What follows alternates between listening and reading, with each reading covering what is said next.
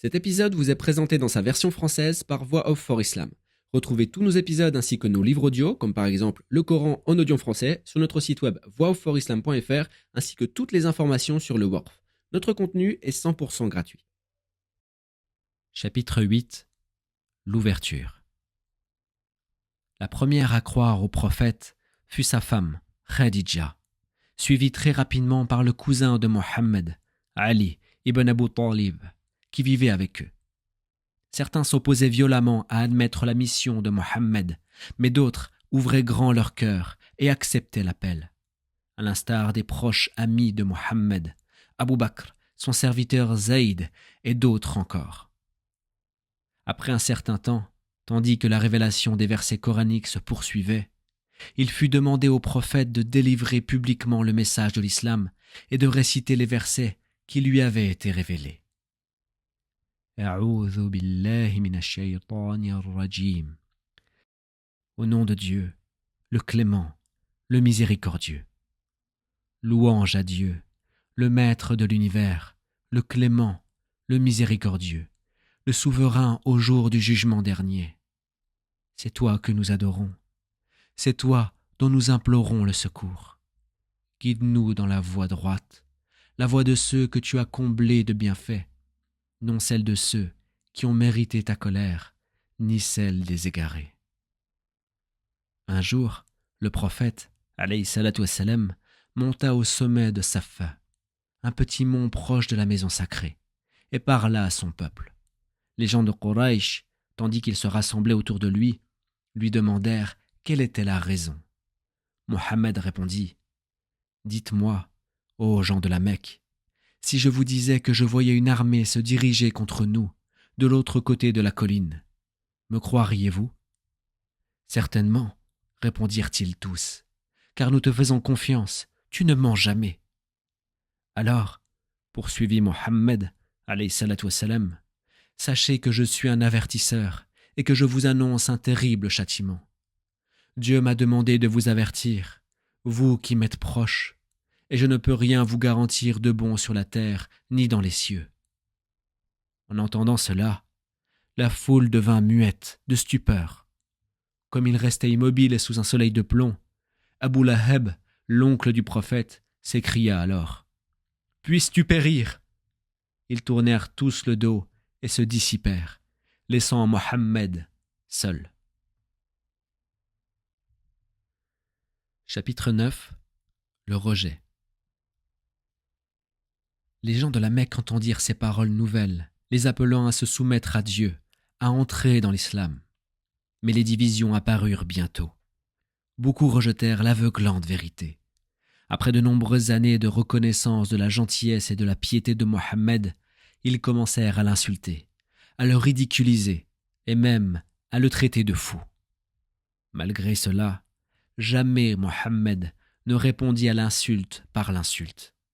Il avait l'habitude de dire : « Celui qui croit en Dieu et au jour du jugement dernier doit être bon avec ses invités. Celui qui croit en Dieu et au jour du jugement dernier doit honorer son voisin.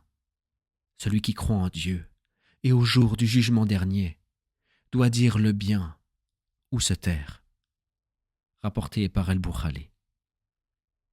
Rien ne l'arrêtait.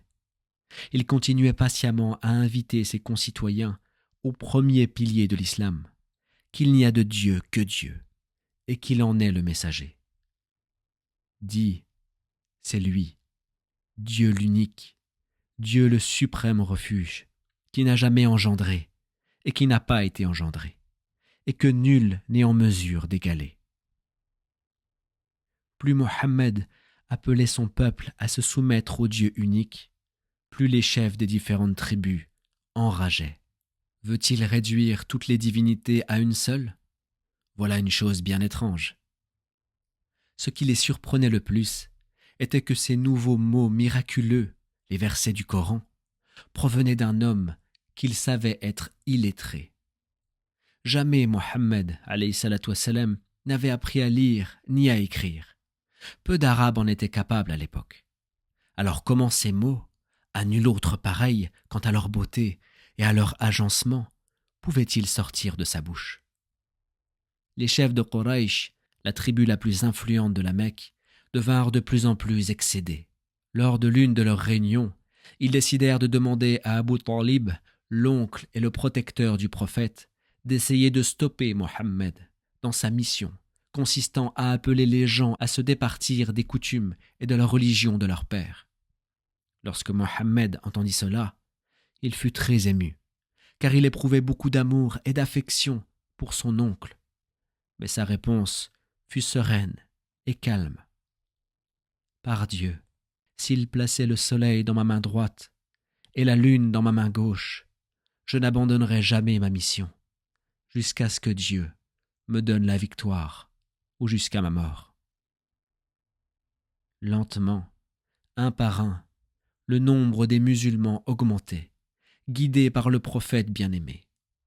Le premier groupe de croyants suivit le chemin de la vérité et de la soumission. Leur amour de la vérité resplendissait, illuminant la pâle société païenne de cette époque. La recherche des biens matériels, principal objectif et objet de toutes les ambitions ici-bas, avait été substituée par la recherche de la lumière et de la sagesse éternelle.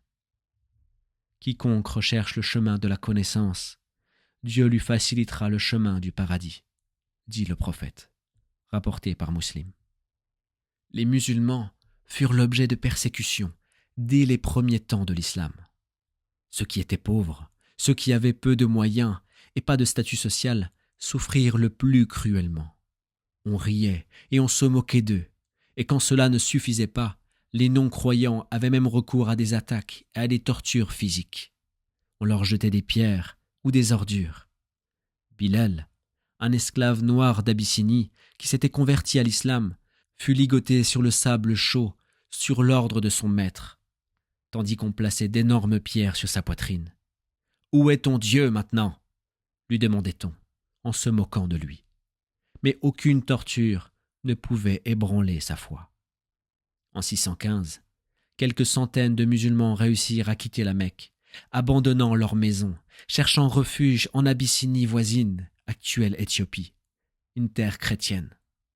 En Abyssinie vivait un roi juste et tolérant qui donna asile aux musulmans pendant la 5e année de la mission de Mohammed. Ceux qui restèrent subirent des persécutions de plus en plus violentes, mais jamais les croyants ne renonceraient à l'islam.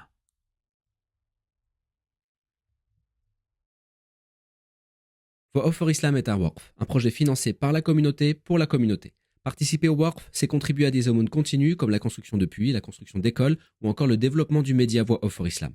Tu trouveras toutes les informations sur notre site web, clique sur le lien en description de la vidéo pour accéder directement à la page détaillée du waqf.